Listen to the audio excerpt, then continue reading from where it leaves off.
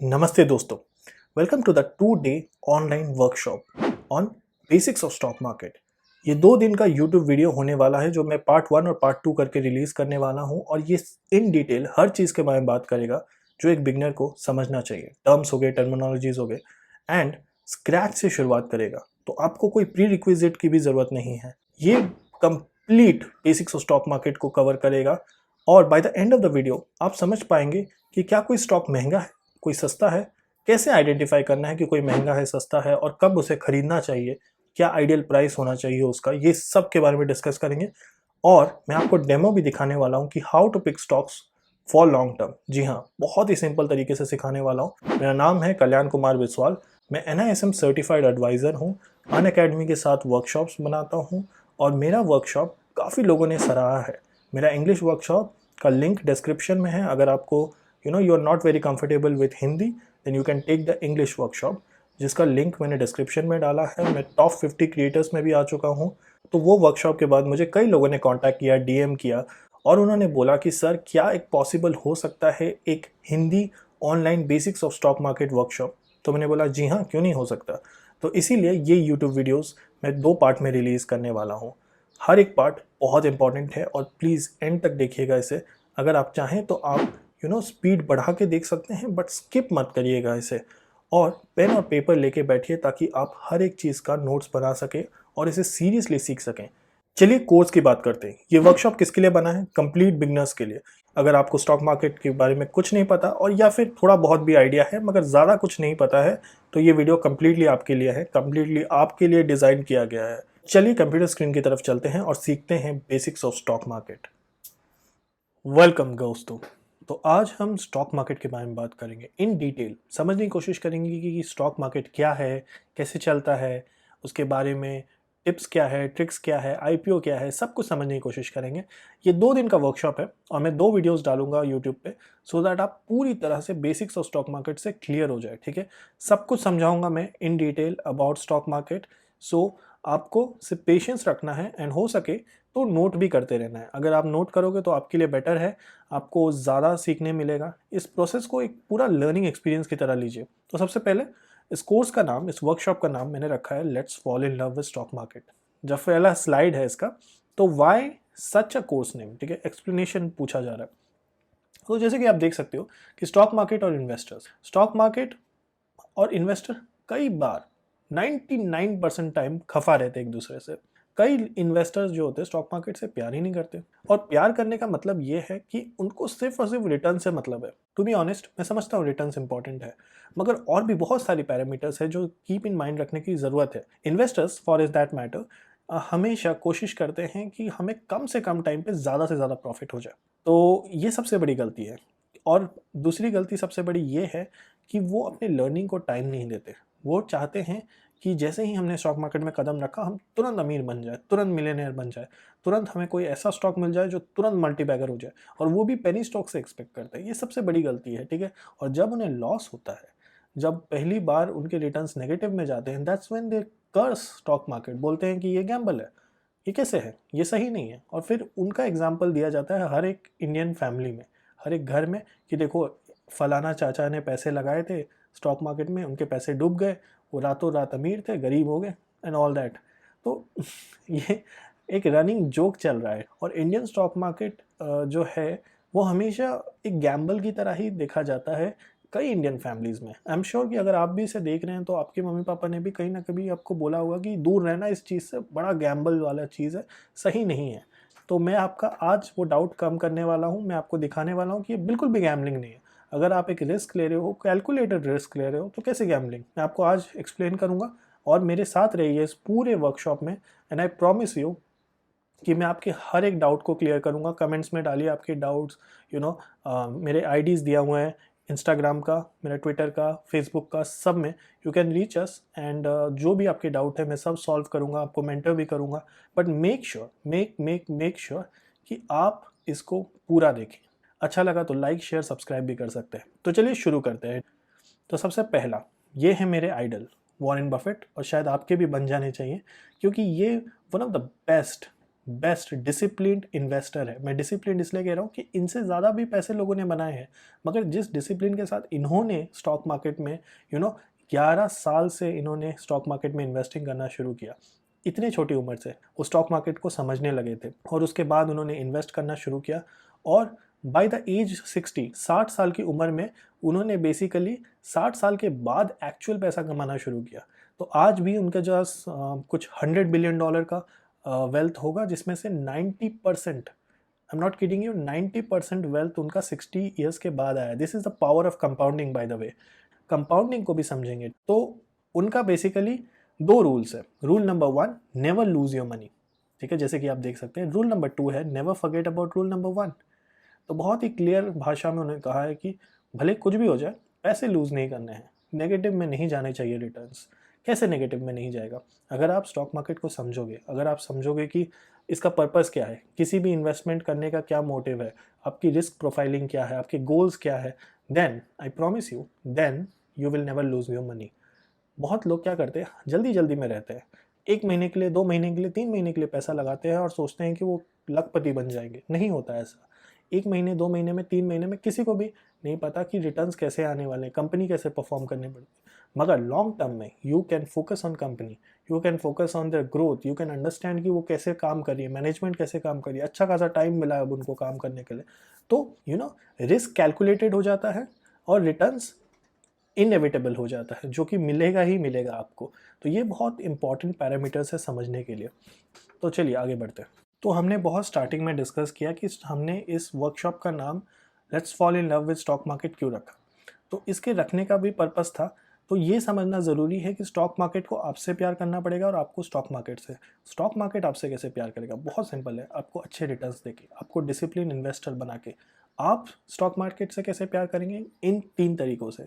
सबसे पहले, avoiding common mistakes. ये कॉमन मिस्टेक्स के बारे में हम डिटेल में बात करेंगे, मगर इन्हें अवॉइड करके आप एक अच्छा इन्वेस्टर बन सकते हो। Second, learning about stock market, जो कि आप अब कर रहे हो। अगर आप ये वीडियो देख रहे हो और दिल से देख रहे हो, पूरे समझने के मोटिव से देख रहे हो, then learning about stock market will help you. देखना, एक लॉन्ग रन में you will be such a sound investor कि you will be rich, and I promise you that. Third है, इन्वेस्टिंग वाइजली। बहुत ही ज़रूरी, इन्वेस्टिंग वाइजली। इस चीज़ को हम इन डिटेल समझेंगे और ये टाइम लगता है इसे बनाने में, बट इसका साइकोलॉजिकल इफेक्ट भी है। बहुत कुछ है जो साइकोलॉजिकल है। टू बी ऑनेस्ट, मैं कहूँगा वॉरेन बफेट सबसे साउंड इन्वेस्टर इसलिए नहीं है क्योंकि उन्हें सब कुछ पता है, वो इसीलिए है क्योंकि वो अपने इमोशंस को जानते हैं, समझते हैं, अपने गोल्स को समझते हैं, अपने रिस्क प्रोफाइल को समझते हैं। वो ये सब समझने के बाद ही एक साउंड इन्वेस्टर है। तो खुद को समझना भी बहुत इंपॉर्टेंट है whenever you get into a stock market. तो ये सब के बारे में हम डिस्कस करेंगे। Next, let's move on. ये है हमारा पूरा वर्कशॉप का details, topics to be covered in this session. ये 2 दिन का सेशन का टॉपिक्स है। साइकोलॉजी ऑफ मनी के बारे में बात करेंगे, इन्फ्लेशन के बारे में बात करेंगे, what is an IPO, common market terminologies, newbies mistake, risk management, what is index, mutual fund, valuation, how to pick stocks for long term. ये एक बहुत डेमो होने वाला है, ये बहुत ही इंपॉर्टेंट है। और मैंने आपके लिए एक हिडन भी चीज़ रखा है, एक सरप्राइज 11th टॉपिक जो बहुत अच्छा है, बहुत ही यूजफुल होने वाला है आपको लॉन्ग टर्म के लिए। बट ये 10 टॉपिक भी बहुत इंपॉर्टेंट है, how to pick stocks for long term. मगर प्लीज़ प्लीज़ स्किप करके यहाँ तक मत पहुँच जाइएगा, क्योंकि ये बहुत सारे इंपॉर्टेंट टॉपिक्स है। तो जैसे कि हमने डिस्कस किया, आज के यूट्यूब वीडियो में आज का जो टॉपिक कवर्ड होने वाला है, basically will be discussing about psychology of money, inflation के बारे में बात करेंगे, what is IPO, common market terminologies, newbie mistakes जो होते हैं, एंड रिस्क मैनेजमेंट। ठीक है, ये 6 टॉपिक के बारे में बात करेंगे, इन डिटेल सब चीज़ के बारे में बात करेंगे। और बहुत इंपॉर्टेंट है ये 6 के 6 टॉपिक्स। आपको मैं बताऊंगा क्यों ऐसे टॉपिक्स के बारे में यूट्यूब वीडियोस नहीं बनते हैं, और इनका इंपॉर्टेंस और सिग्निफिकेंस आपको as a long term investor बहुत यूज़फुल आने वाला है, ये मैं आपको प्रॉमिस करता हूँ। तो चलिए बढ़ते हैं। सबसे पहले, psychology of money. Psychology of money अगर किसी को नहीं पता तो इट्स अ बुक बेसिकली। तो ये एक बुक है जो मॉर्गन हाउसेल ने लिखा है। ये बुक का कवर है basically, one of the finest books है on how to make money basically. इसका स्टॉक मार्केट से लेना देना कुछ नहीं है, इसका how to basically get into an habit of learning about money है। तो आप जैसे कि देख सकते हैं, timeless lesson on wealth, greed and happiness by Morgan Housel. बहुत ही ब्यूटीफुल सी बुक है। अगर आपने नहीं पढ़ी है तो आपको एब्सोल्युटली पढ़नी चाहिए। ये पैसों के बारे में हर एक चीज़ के बारे में बात करता है। एंड जो हम इंडियंस का लव हेट रिलेशनशिप है ना, या तो हम बहुत ज़्यादा प्यार करते हैं पैसों से, या तो हम नफरत करते हैं पैसों से। तो मैं ये कह रहा हूँ कि money should be one of the thing that is there in your life but should not be only thing in your life। बहुत लोग उसको only बना लेते हैं, बहुत पीछे भागते हैं इसके। और हेट में भी ना लोग उसके पीछे ही भागते हैं, मगर ना उनके दिमाग में हमेशा रहता है कि यार पैसे ना सारे फसाद की जड़ है, मगर ऐसा नहीं है। तो आपको समझना पड़ेगा कि मनी एक बहुत बड़ा एसेट है, ठीक है, इसके बिना कुछ नहीं हो सकता। और ये सारा जंग जो हम सब लड़ रहे हैं ना, पैसों के लिए ही लड़ रहे हैं। ये इसलिए भी है क्योंकि हमें एज अ किड कभी किसी ने हमसे आके बात नहीं की कि पैसे कैसे मैनेज करते हैं, स्टॉक मार्केट क्या होता है, स्टॉक मार्केट गैम्बलिंग नहीं होता है, गोल्ड में कैसे इन्वेस्ट करते हैं, चीज़ें कैसे होती है। कोई अगर बड़ा आके हमसे बात कर लेना, बचपन से लेके सिखा दे कि कैसे है, तो ये बहुत इंपॉर्टेंट हो जाएगा। तो हमारा जो पैसों के साथ एक संबंध है बचपन में, वो सिर्फ और सिर्फ गुल्लक में पैसे डालने वाले तक है, और उससे ज़्यादा कभी आगे बढ़ ही नहीं पाया है। तो ठीक है, ये समथिंग है जो हम सब अपने बच्चों को भी सिखा सकते हैं, so that they do not develop a love hate relationship. Time लगता है, बट ये बुक बहुत ही ब्यूटीफुल है। तो 2 की पॉइंट्स के बारे में बात की गई है बुक में, the janitor who lived and never enough. मैं दोनों टॉपिक्स के बारे में बात करूंगा। तो सबसे पहला, जैनिटर हु लिव्ड, ये कहानी है रोनाल्ड रीड की। रोनाल्ड रीड एक ग्रेजुएट थे, Brattleboro union high school से पढ़े हैं, बहुत ज़्यादा एजुकेटेड नहीं है। Served as a janitor, janitor आप कह सकते हैं कि एक स्वीपर काइंड ऑफ है, ठीक है, लिफ्ट बॉय, स्वीपर, छोटे मोटे काम कर देना, ऑल दोज थिंग्स। तो एज अ जैनिटर वो सर्व किए थे, उनका last occupation as a janitor था, और उनकी टोटल सेविंग थी $8 मिलियन। एंड देन आते हैं रिचर्ड फस्कॉन। रिचर्ड फस्कॉन एजुकेटेड थे out from Harvard and university of Chicago, बहुत अच्छी यूनिवर्सिटीज़ हैं ये। लास्ट ऑक्यूपेशन उनका मेरिल लिंच एग्जीक्यूटिव का था। अगर आपको नहीं पता, मेरिल लिंच एक बहुत बड़ा इन्वेस्टमेंट फर्म है, बेसिकली लोगों का पैसा हेल्प करती है इधर से उधर, म्यूचुअल फंड्स एंड बहुत सारी चीज़ें हैं उनका खुद का। तो मेरिल लिंच वो है, एंड उसके वो एग्जीक्यूटिव थे। बट इनका टोटल सेविंग पे अगर नज़र डालें तो भले ही ये दुनिया में सबको बताते थे कि पैसों का कैसे करना है, क्या करना है, but he declared a personal bankruptcy. इन्होंने बहुत बड़ा घर खरीद लिया था और उसकी किश्त देने तक का पैसा नहीं था इनके पास। आप देख सकते हैं the difference between Ronald Read and Richard फस्कॉन।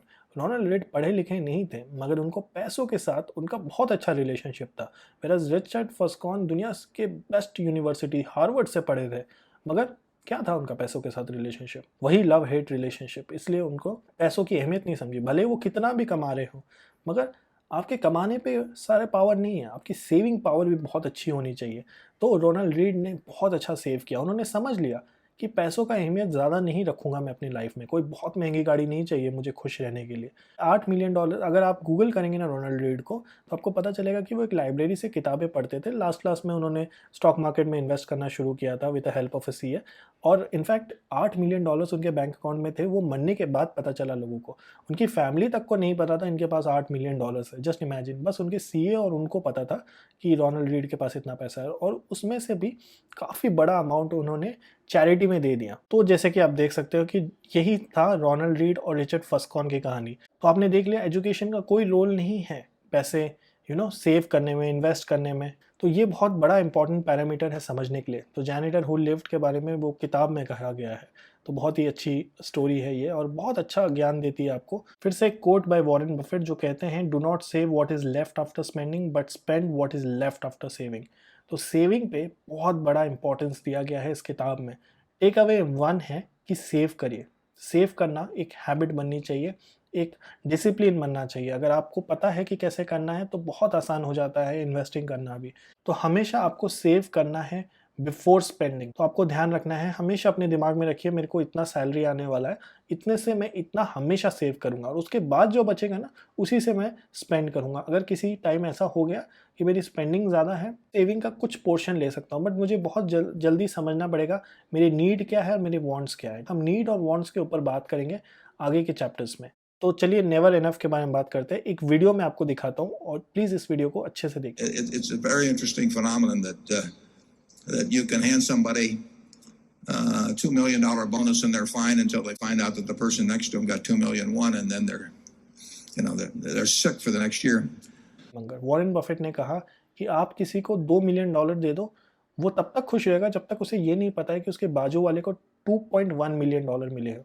$1 ही क्यों ना एक्स्ट्रा दे दो किसी सामने वाले को, ठीक है। आपके बाजू वाले को अगर मैंने $1 भी ज़्यादा दे दिया आपसे, आपके मन में जेलसी आ जाएगी, आपके मन में फीलिंग आ जाएगी, क्या हो गया ये, उसे क्यों ज़्यादा मिला, मुझे क्यों कम मिला।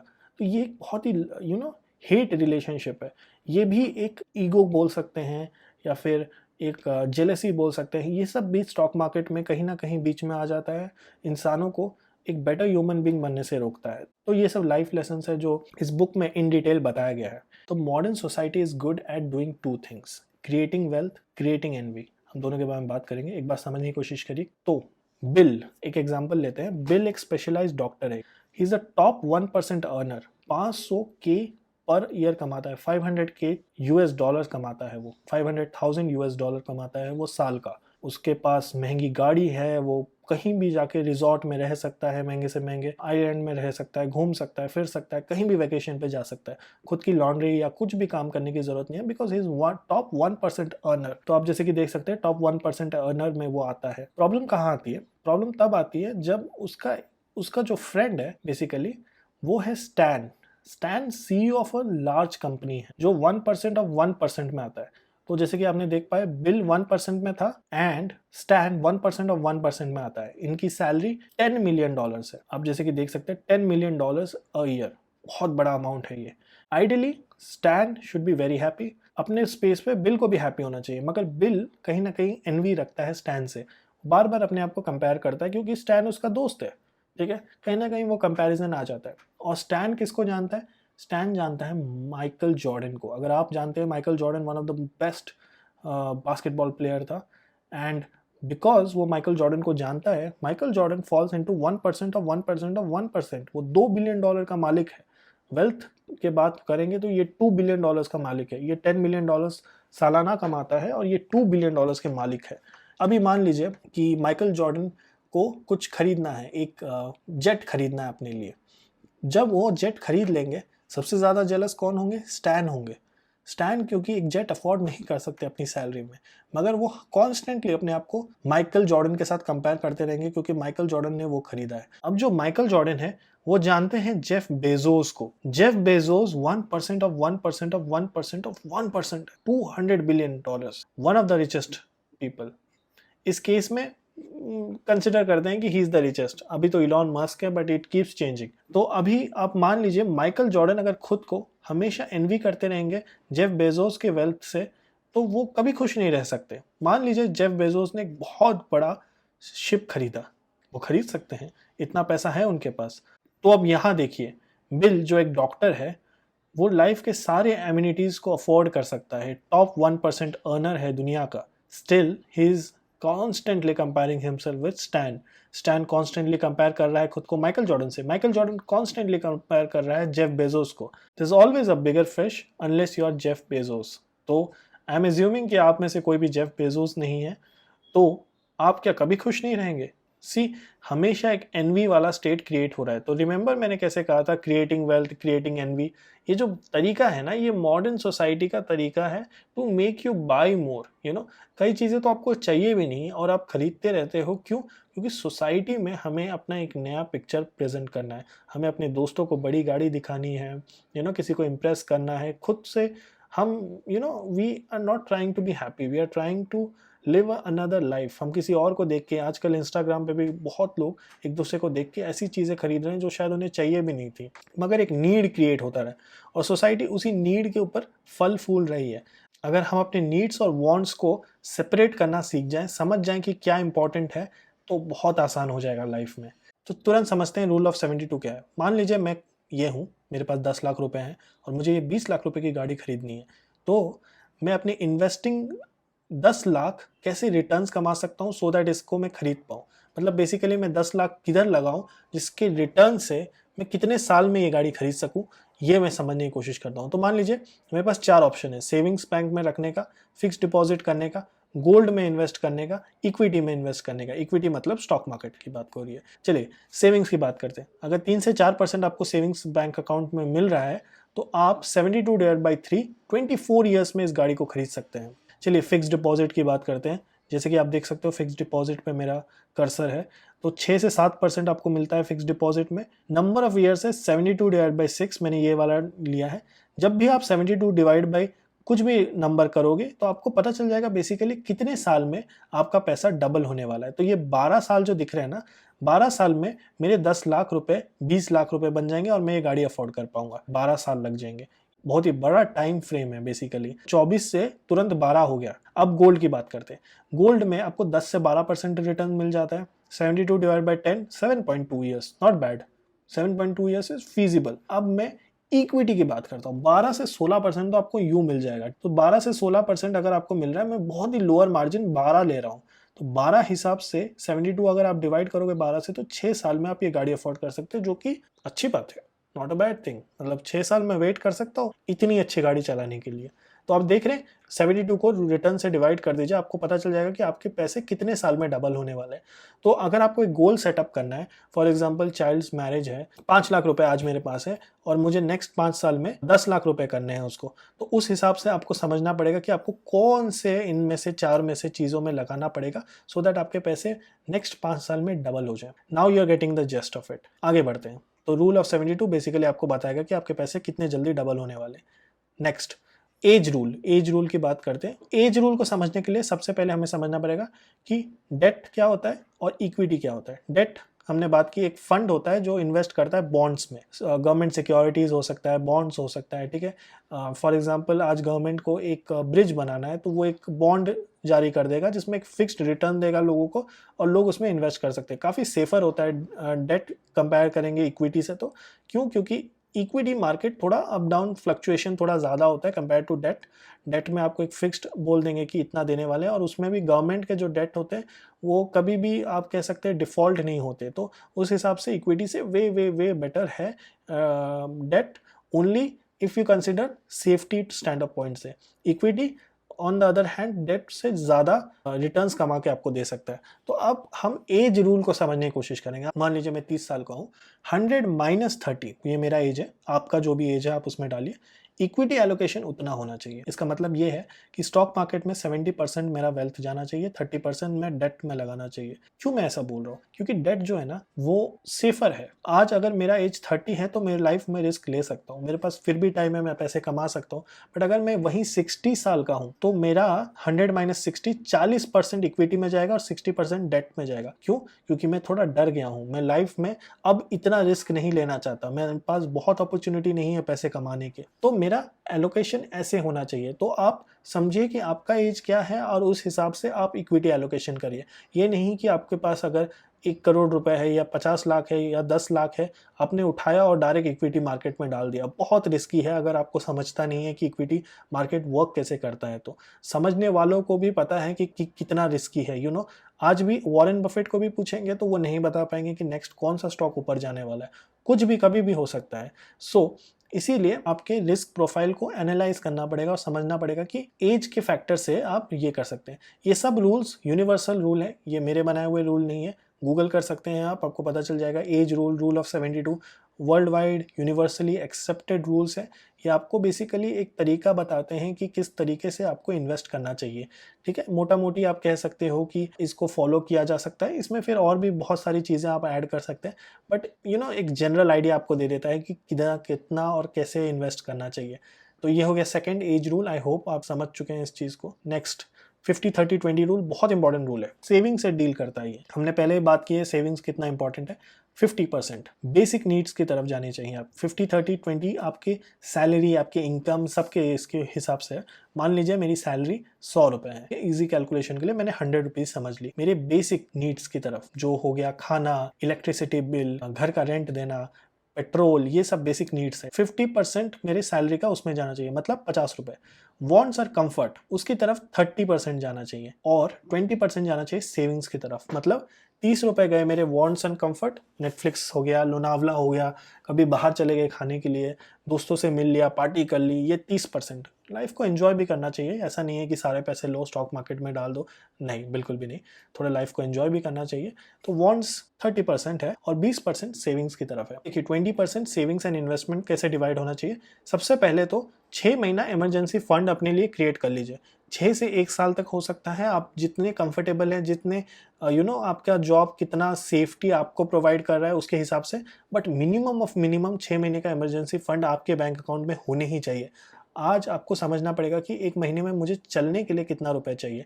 मान लीजिए मुझे मेरे पूरा फैमिली एंड ऑल दैट 20,000 रुपये में हमारा महीने का हो जाता है, तो 20,000 इंटू 6 महीना 1,20,000। 1,20,000 आपके इमरजेंसी फंड में होने ही होने चाहिए। 1,20,000 आपके इमरजेंसी फंड में हो गया, बहुत अच्छी बात है। नेक्स्ट बात करेंगे कि अब वो 1,20,000 जब हमने बना लिया, अब उसके बाद हम इन्वेस्टमेंट शुरू करेंगे इक्विटी, डेथ एंड अदर्स में। अदर्स की बात बाद में करेंगे हम। डेट और इक्विटी में इन्वेस्ट करेंगे और अदर्स में भी करेंगे इन्वेस्टमेंट। अब अगर आप इस प्रोसेस को फास्ट करना चाहते हो, आप जल्दी जल्दी अपने गोल्स की तरफ बढ़ना चाहते हो, तो ये वॉन्ट्स थोड़ा कम कर सकते हो। 30% की जगह 20% कर दो, इसे 30% कर दो, 10% कर दो, जो भी आप चाहे। जितना अच्छा सेव कर सकते हैं वेल एंड गुड, ये आपके लिए ही बेनिफिशियल होने वाला है। तो ये मैं आपको नहीं बताऊंगा, वो आपको समझना है और फिगर आउट करना है। बट अपने वांट्स और नीड्स के गैप को कम करेंगे तो बेटर होगा, ताकि वो पैसा आप सेविंग्स में डालें, इन्वेस्टमेंट में डालें। तो ये हो गई बात। With that savings and everything खत्म हो गया। अब हम नेक्स्ट चैप्टर की तरफ बढ़ते हैं, समझते हैं कि इन्वेस्टमेंट स्टॉक मार्केट में करने की ज़रूरत ही क्या है। इन्फ्लेशन, यह इकोनॉमी, एक छोटा सा फोटो है एंड जैसे कि आप देख सकते हो economy, inflation, over the time inflation economy से भी बड़ी हो सकती है। ठीक है, हर एक कंट्री को सस्टेन करने के लिए एक मिनिमम अमाउंट ऑफ इन्फ्लेशन की ज़रूरत होती है। एंड बीच में ऐसा एक आया था कि हाइपर इन्फ्लेशन हुआ था जिम्बाब्वे में, नोट प्रिंट्स हो गए थे एंड ऑल दैट। तो बहुत अच्छा केस स्टडी, अगर आप गूगल कर सको तो करना, ब्रिलियंट केस स्टडी है। आगे बढ़ते, चलिए समझते हैं कि इन्फ्लेशन करता क्या है आपके पैसों के साथ। 100 रुपये 1958 में आज की डेट पे सिर्फ 1 रुपये का वैल्यू रखती है। ये कैसे? 100 रुपये जो उस टाइम का जो 100 रुपये है ना, आज की डेट में सिर्फ 1 रुपये का प्रोडक्ट खरीद के दे सकती है आपको। ये हो गया है इन्फ्लेशन, महंगाई जो कहते हैं ना, ये है उसका रिजल्ट। तो why do we need to invest in stock market? जैसे कि हमने बात की इन्फ्लेशन, करंट इन्फ्लेशन को मैंने 6.26 लिया है, फ्लक्चुएट होता है बट इजी कैलकुलेशन 6.26 ले लीजिए। Money in your bank returns, bank में पैसा रखते हैं 3.5 से 4% के आसपास हमने ले लिया, इतना तो आपको बैंक देता ही है on your savings account. 6.26 minus 3.5 2.76%। ये क्या है 2.76%? ये नेगेटिव 2.76% है, जो आपके बैंक अकाउंट से तेजी से कम होता जा रहा है। इसका मतलब मान लीजिए 19 सितंबर 2021 है, आपके पॉकेट में 1 लाख रुपए है, ये 1 साल के बाद 98,000 हो जाएगा। आपको बैंक अकाउंट में दिखेगा कि 4% का रिटर्न मिला है, 1 लाख हो गया है, 1,04,000, बट आप उससे सिर्फ और सिर्फ 98,000 का ही सामान खरीद सकते हो। इसी को इन्फ्लेशन बोलती है, महंगाई। भले ही आपको दिखे अरे मेरा पैसा तो बढ़ रहा है, बैंक अकाउंट में 1,04,000 का हो गया, बट चीज़ें भी तो बढ़ी हैं, पेट्रोल भी तो बढ़ा है, सब्जियां भी तो महंगी हो गई हैं और हर चीज़ महंगी हो गई है। आप अगर आज के डेट पे जाओगे और 2 साल पहले की डेट पे जाओगे तो आप कंपेयर कर सकते हो, एक समोसे का दाम कितना महंगा हो गया, पानी पूरी कितना महंगा हो गया। So all these things are महंगाई ओनली। ठीक है, तो आप समझ सकते हैं कि भले ही वो 1,04,000 दिखे आपको, बट वो 98,000 हो गया। तो हमको बेसिकली कोशिश करना है इन्फ्लेशन को बीट करने का। अगर आप नहीं कर पा रहे हो तो something is wrong with the investment strategy that you are using. तो अभी समझते हैं, हमारे पास 5 इन्वेस्टमेंट ऑप्शन है अपने पास। सबसे पहले हम फिक्स डिपॉजिट की बात करेंगे। रिटर्न ऑफ इन्वेस्टमेंट 5 से 6% है, जीरो रिस्क है। फिक्स डिपॉजिट बड़ा सेफ फंडा है, हमारे पेरेंट्स यूज़ करते थे, बट अगर आपको 6% तक भी मिल रहा है तो आप हार्डली इन्फ्लेशन को बीट कर रहे हो। 6.26 था, याद है आपको इन्फ्लेशन 6.26, तो आप हार्डली इन्फ्लेशन को बीट कर रहे हो, मतलब आपका पैसा उतना का उतना ही है। ये तो हमें नहीं करना है, हमें पैसे को ग्रो करना है। चलिए नेक्स्ट ऑप्शन की तरफ बात करते हैं, gold.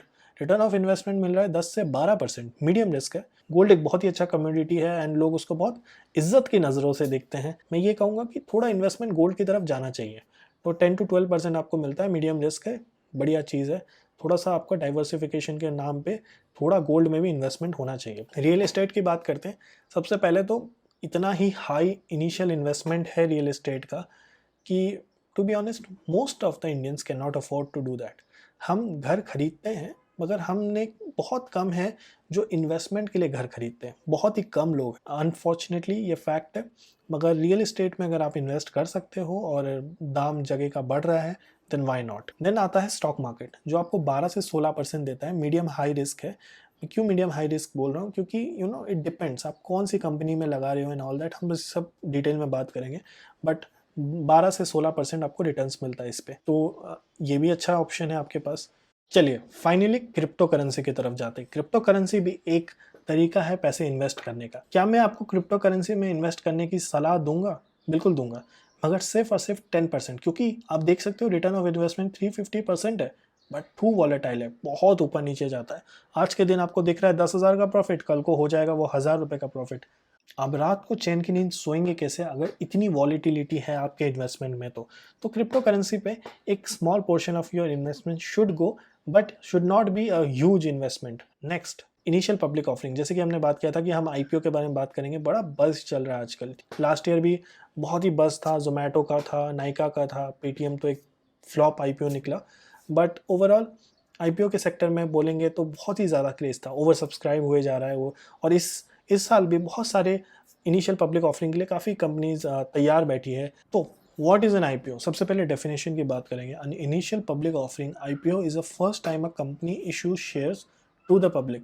This is when a private company decides to go public. During an IPO, the company opens its shares for sale to the public. As an investor, you can buy shares directly from the company and become a shareholder. तो चलिए समझने की कोशिश करते हैं why there is a need for IPO। तो मैंने जो डेफिनेशन दी ना, इसको मैं बहुत ही सरल भाषा में समझाने वाला हूँ। तो सबसे पहले समझते हैं नीड क्या है, why there is a need for an IPO.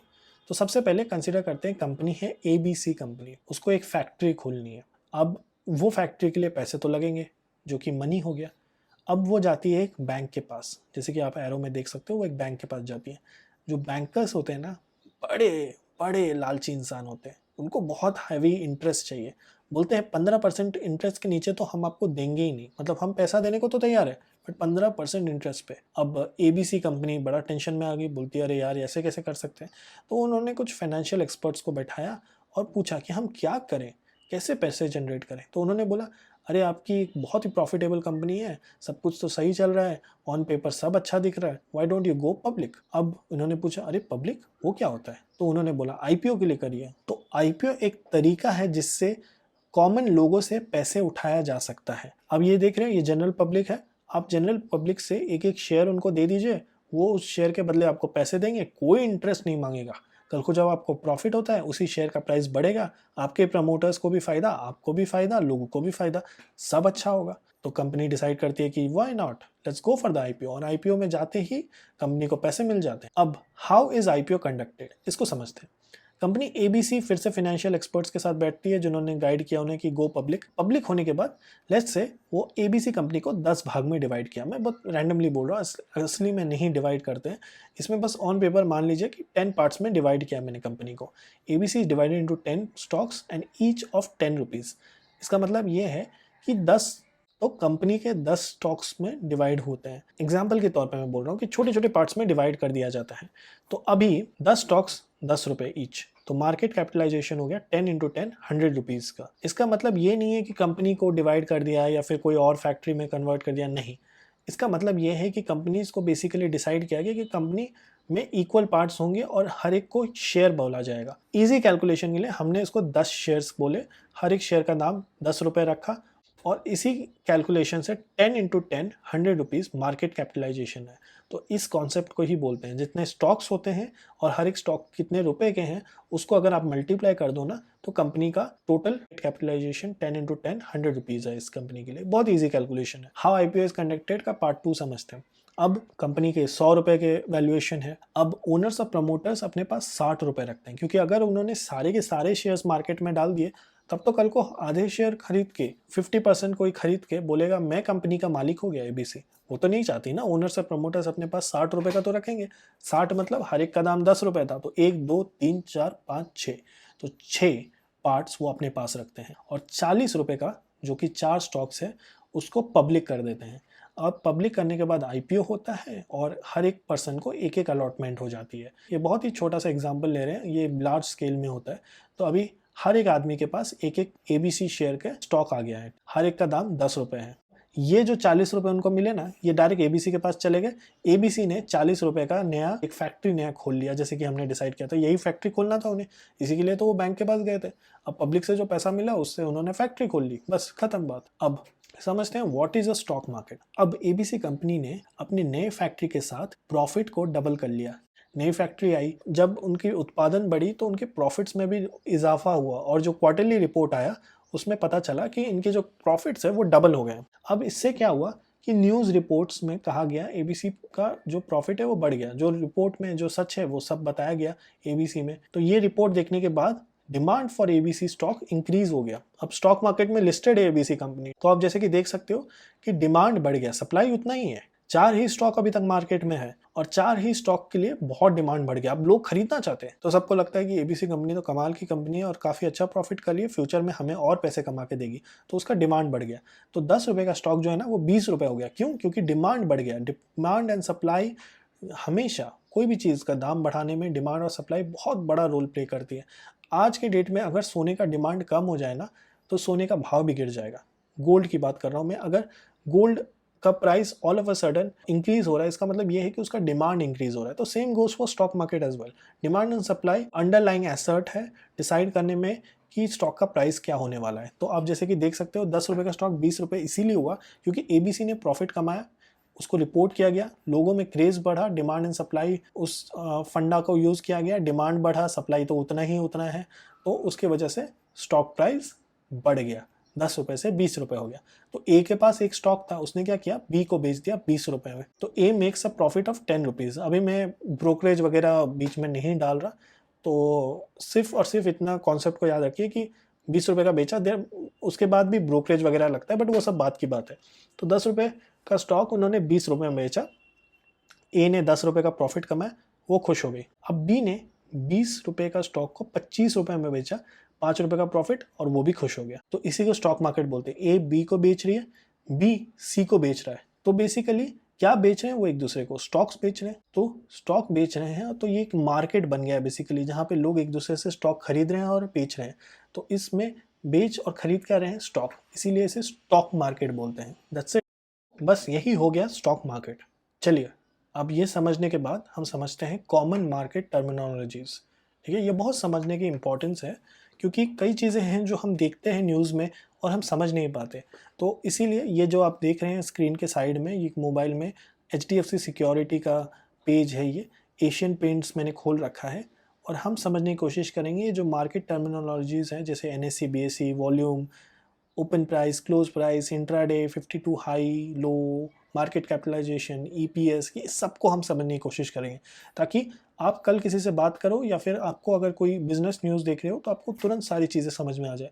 मैंने हर एक चीज़ को कवर किया ताकि आपके लिए बहुत आसान हो जाए, और बहुत सिंपल भाषा में समझाने की भी कोशिश करूँगा। चलिए, सबसे पहले NSE और BSE क्या होता है वो समझते हैं। तो जैसे कि आप देख सकते हैं, यहाँ मैंने एक एरो भी मारा है, इस एरो को भी नोटिस करते रहिएगा हर पेज में, NSE और BSE। तो NSE BSE क्या है, एक बहुत ईजी भाषा में अगर मुझे समझाना है तो NSE को मैं अमेजोन कह दूं और BSE को मैं फ्लिपकार्ट कह दूं। दो मार्केट है जहां से आप सामान खरीद सकते हो, दो कह सकते हो कि दो ऑनलाइन स्टोर हैं जैसे अमेजोन और फ्लिपकार्ट हो गए, और दोनों से मैं सामान खरीद सकता हूँ। अगर आप कंपेयर करोगे प्राइस तो ऑलमोस्ट सेम है। तो जैसे कि आप कभी भी अमेजोन और फ्लिपकार्ट को कंपेयर करोगे तो नोटिस करोगे कि उनके प्राइसेस ऑलमोस्ट सेम रहते हैं। सेम गोज फॉर NSE और BSE एज वेल। तो NSE का हेडक्वार्टर दिल्ली में है, 1992 में ये स्टार्ट हुआ। Bombay stock exchange one of the oldest stock exchange है, in fact the oldest stock exchange है एशिया का, वर्ल्ड का वन ऑफ द ओल्डेस्ट है, 1885 में स्टार्ट हुआ है। अब हम इंडेक्स कंपनीज की बात करते हैं। 50 इसके इंडेक्स कंपनीज है। इसका मतलब क्या है, एक बेंचमार्क सेट किया गया है। बेंचमार्क ये कहता है कि आज अगर मुझे समझना है कि इंडिया का स्टॉक एक्सचेंज ने कैसे परफॉर्म किया तो मैं दो चीज़ पे नज़र डालूंगा, पहला सेंसेक्स और दूसरा निफ्टी। क्यों? क्योंकि निफ्टी जो है ना वो NSE से है, उसके अंदर 50 कंपनीज आती हैं, और इंडेक्स कंपनीज जो इसका है बॉम्बे स्टॉक एक्सचेंज का वो है सेंसेक्स, उसमें 30 कंपनीज आती हैं। तो ये जो 30 कंपनी है ना, ये इंडिया की सबसे टॉप कंपनीज है। ये 50 भी टॉप कंपनीज है। बेसिकली ये जो 30 है, most of the companies NSE में भी आती हैं। तो ये बेसिकली इनका क्या होता है कि ये कंपनीज में, मान लीजिए आज क्लास में 10 बच्चे हैं और टीचर को बोला गया कि आप मुझे बताइए कि इनमें से बेस्ट कौन है। तो टीचर ने क्या किया, पहले 5 जो भी सबसे अच्छा मार्क्स स्कोर करते हैं ना, उनको खड़ा किया और उनका एवरेज निकाला और वो बता दिया कि देखिए हमारे जो बेस्ट जो स्टूडेंट्स हैं ना, वो ऑन एन एवरेज इतना स्कोर करते हैं। तो वही इंडेक्स कंपनीज भी वही करती हैं। तो वो क्या होता है कि NSE और BSE जो है निफ्टी और सेंसेक्स के थ्रू। चलिए बात करते हैं वॉल्यूम की। तो जैसे कि आप ये एरो देख सकते हो, वॉल्यूम लिखा है 18,404। जैसे कि मैंने कहा कि ये एशियन पेंट्स का है, तो एशियन पेंट्स में 18,404 क्या है। ए ने बी को एक स्टॉक बेचा, ये एक बेचने का है। बी ने सी को 5 स्टॉक्स बेचे, 1 + 5 6, ये 6 वॉल्यूम हो गया। बेसिकली 18,404 ये बताता है आपको कि आज के डेट में कितने बार एशियन पेंट्स के स्टॉक को बेचा गया। ए ने बी को बेचा तो बी ने खरीदा, उसको एक ही गिरा जाएगा। बेसिकली आप तो सेलर हो, अगर कोई बायर ही नहीं है तो फिर आप अपना स्टॉक बेच ही नहीं पाओगे। तो हमेशा आपको एक बायर चाहिए अगर आपको अपना स्टॉक बेचना है, और अगर आपको खरीदना है तो आपको एक सेलर चाहिए। तो इसीलिए इसको एक गिना जाएगा, 2 नहीं गिना जाएगा। तो ए ने बी को बेचा और बी ने फिर अपने 5 स्टॉक सी को बेचे। ये एक खरीदने के बाद 5 इसमें 4 ऐड करके सी को बेचे, तो टोटल 6 हो गया वॉल्यूम। उसी को मद्देनजर रखते हुए 18,404 यूनिट्स ऑफ या वॉल्यूम ऑफ एशियन पेंट्स आज की डेट में बेचा गया। ये जो भी एग्जांपल है, जिस दिन का भी है, फ़र्क नहीं पड़ता। मगर जब भी आपको कहा जाएगा कि आज volume for Asian paint 1 lakh है, एशियन पेंट्स में काफ़ी ज़्यादा बढ़ता चढ़ता रह रहा है, लोगों में इंटरेस्ट जगा हुआ है कि क्या हो रहा है एशियन पेंट्स के साथ। तो एशियन पेंट्स में या तो बहुत अच्छी खबर आई है या तो बुरी खबर आई है, इसलिए थोड़ा फ्लक्चुएशन ज़्यादा है। तो ये समझने के लिए बहुत इंपॉर्टेंट है कि क्या हो रहा है। तो फिर वॉल्यूम इसीलिए एक इम्पॉर्टेंट पैरामीटर बन जाता है।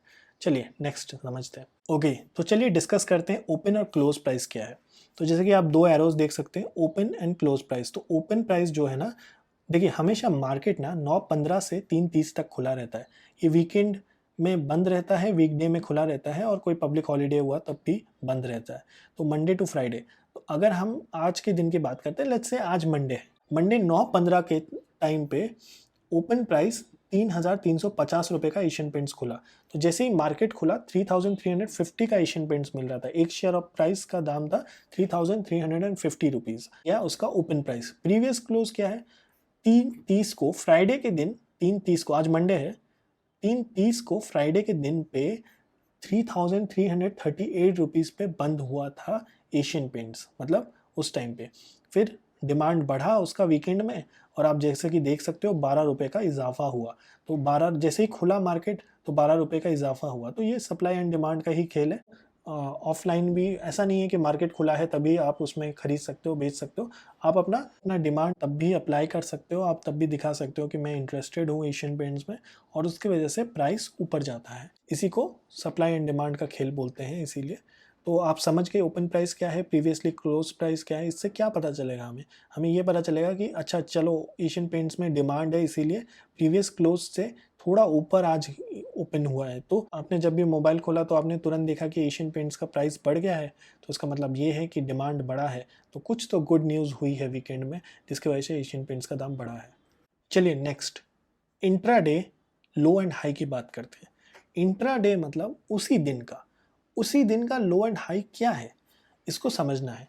अगर आप ये देखोगे ना, जहाँ पे मेरा एरो है, तो अगर आप देखोगे तो लोएस्ट 3,306। तो अगर आप इसको इंट्राडे लो एंड हाई देखोगे तो आपको समझेगा कि आज के डेट पे मंडे में जो एशियन पेंट्स है ना, 3,350 हाईएस्ट टच किया है, और उसका लोएस्ट जो है ना वो 3,306 रुपये है। इसका मतलब इतना नीचे भी गया है और इतना ऊपर भी गया है। इसका यूज़ क्या है, ये बेसिकली ट्रेडिंग वालों को काम आता है। ट्रेडिंग वाले जो लोग होते हैं ना, जो ट्रेडर्स होते हैं, वो बेसिकली मार्केट के फ्लक्चुएशन पे पैसा कमाते हैं। लोएस्ट में अगर मान लीजिए किसी ने 3,306 में एशियन पेंट्स को खरीदा और उसी दिन 3,350 हो गया, तो ये बेच के जितना बीच का जो है ना 350 माइनस 306 अगर आप कर लोगे तो मतलब तकरीबन 44 रुपीज़। तो 44 रुपीज़ पर शेयर के हिसाब से उन्होंने प्रॉफिट कमाया है। तो ये कह सकते हैं हम। तो इसका मतलब ये नहीं है कि 350 टच किया है इसका मतलब 350 पे ही रहने वाला है। कई बार ऐसा भी होता है कि कम भी हो जाता है, मगर पूरे दिन में हाईएस्ट क्या टच किया और लोएस्ट क्या टच किया है वो बस डिनोट करता है। That's it, intraday low and high में। तो उससे ये नहीं फ़र्क पड़ता है कि क्या वो 350 में रहा है कि नहीं। ऐसा भी हो सकता है जैसे कि आप यहाँ पे देख रहे हो अभी 3,310 रुपये चल रहा है। इसका मतलब वो अपने लो के ज़्यादा करीब है, अपना हाई उसने कब का छोड़ दिया। अब ऊपर जाएगा नहीं जाएगा वो तो डिपेंड करता है on supply and demand, but यही है इंट्राडे लो एंड हाई। ये आपको बेसिकली बताता है कि कितना फ्लक्चुएशन हो रहा है, तो ये एक आइडिया दे देता है आपको। तो बहुत ही आसान है इंट्राडे लो एंड हाई। चलिए next 52 week low and high. जैसे कि इंट्राडे था वो एक दिन की बात करता था, 52 वीक क्या आपको बताएगा, एक साल में 52 वीक्स होते हैं। 52 वीक्स आपको अगर लो एंड हाई आप देखोगे तो आप देख सकते हो कि एक साल में एशियन पेंट्स ने क्या कवर किया है। तो देखिए यहाँ पे अगर आप देखोगे ना तो इट्स वेरी रिस्की। अगर आप देखोगे तो अच्छा से अच्छा स्टॉक भी नीचे जा सकता है। तो जैसे आप देख रहे हो कि एक दिन के बेसिस पे अगर हम जज करेंगे या 2 दिन के 3 दिन के बेसिस पे जज करेंगे तो एशियन स्टॉक्स, एशियन पेंट्स जैसा तगड़ा पेंट कंपनी का लीडर जो है वो भी गिर सकता है। मगर अगर आप 1 ईयर के रिजल्ट देखोगे, लॉन्ग टर्म इन्वेस्टिंग के प्रोस्पेक्टिव से सोचोगे तो 1800 के आसपास था ये, ठीक है, 1900 पकड़ लो, और ये 3350 तक टच किया है। हाई देख रहे हो कितना ज़्यादा इजाफा होता किसी का भी, तो आप कह सकते हो इजीली कि 1600-1700 का फ़ायदा हो जाता उसको अगर उसने इतने में ख़रीदा और इतने में बेचा फ्यूचर में जाके। तो ये फंडा है 52 वीक लो एंड हाई का। तो आपको एक आइडिया दे देता है, अगर आप एक लॉन्ग टर्म इन्वेस्टर हो तो देखो इतने से ऊपर गया है, इतना तक गया है, तो अभी आपको एक आइडिया हो जाता है कि अच्छा ये तो कंपनी अच्छी है, थोड़ा मार्केट गिर गया है मगर कंपनी अच्छी है, और बाकी सब चीज़ों भी पैरामीटर्स भी देखते हो, but it gives you an idea. तो ये सब एक पैरामीटर्स है आपको एक आइडिया देने के लिए कि एशियन पेंट्स क्या कर रहा है, कैसे कर रहा है, कब कर रहा है। चलिए नेक्स्ट बढ़ते हैं मार्केट कैपिटलाइजेशन के लिए। आपको एबीसी कंपनी का एग्जांपल याद होगा जिसमें मैंने कहा था कि 10 स्टॉक का दाम हर एक 10 रुपये है, तो 10 इंटू 10 आपका हो गया था 100 रुपीज़, वो हो गया था मार्केट कैपिटलाइजेशन। अब एशियन पेंट्स की बात करेंगे तो जितने भी शेयर्स उसके मार्केट में हैं multiplied by 3,310 rupees will give you market capitalization of Asian Paints. तो बेसिकली टोटल आउटस्टैंडिंग शेयर क्या होते हैं, टोटल आउटस्टैंडिंग शेयर मतलब कितने शेयर्स मार्केट में अवेलेबल है। तो share outstanding refers to the company stock held by the share holders including share blocks held by institutional investor, restricted shares owned by company officers and insiders. Basically जितने भी share market में हैं 10 के 10 multiply by 10 वो 100 rupees जो हो गया इसी एबीसी का मार्केट कैपिटलाइजेशन, उसी हिसाब से 3,20,250 52 बेसिकली ये हो गया market capitalization of Asian Paints. अगर आपके पास इतने ये करोड़ में ये बाय द वे तो आप 3 लाख मत समझिएगा, 3,20,252 crore rupees is what you need two by Asian Paints. अगर आपके पास इतने करोड़ रुपीज़ हैं तो आपका एशियन पेंट्स पूरा का पूरा कंपनी आपका हो सकता है। तो ये आपको एक आइडिया देता है। मार्केट कैपिटलाइजेशन की बात ही कर रहे हैं तो समझने की कोशिश करते हैं कि कैसे टोटल आउटस्टैंडिंग शेयर्स निकाला है मैंने। तो मार्केट कैप जो है इसका, मार्केट कैप जो है 3,20,252 इंटू 1 करोड़, करोड़ों में है as mentioned earlier, divided by 3,310।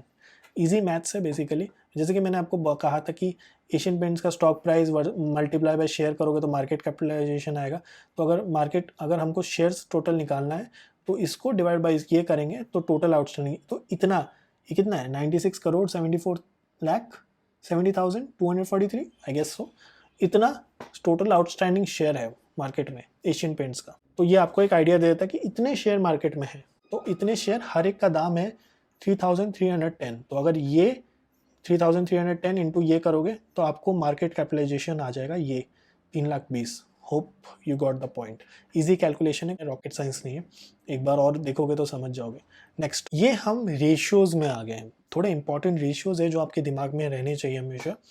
EPS, earning per share. अगर आज की डेट में मैं 3,310 रुपये का शेयर खरीदता हूँ तो हर सालाना मुझे 36 रुपीज़ एशियन पेंट से मिलेगा। अब आप सोचोगे कि 36 रुपीज़ के लिए मैं इतनी मेहनत क्यों कर रहा हूँ या फिर मैं इतने पैसे क्यों दे रहा हूँ, मगर आपको ये भी समझना है कि स्टॉक का एप्रिसिएशन भी हो रहा है, तो ये सब चीज़ों को समझना पड़ेगा। तो एक ईपीएस एक ऑल टुगेदर एक रेशियो बन गया है जिससे फिगर आउट कर सकते हैं कि कितना अर्निंग पर शेयर एक आदमी एक शेयर से कितना अर्न कर सकता है। तो अर्निंग पर शेयर कहता है कि 36.38 है वो।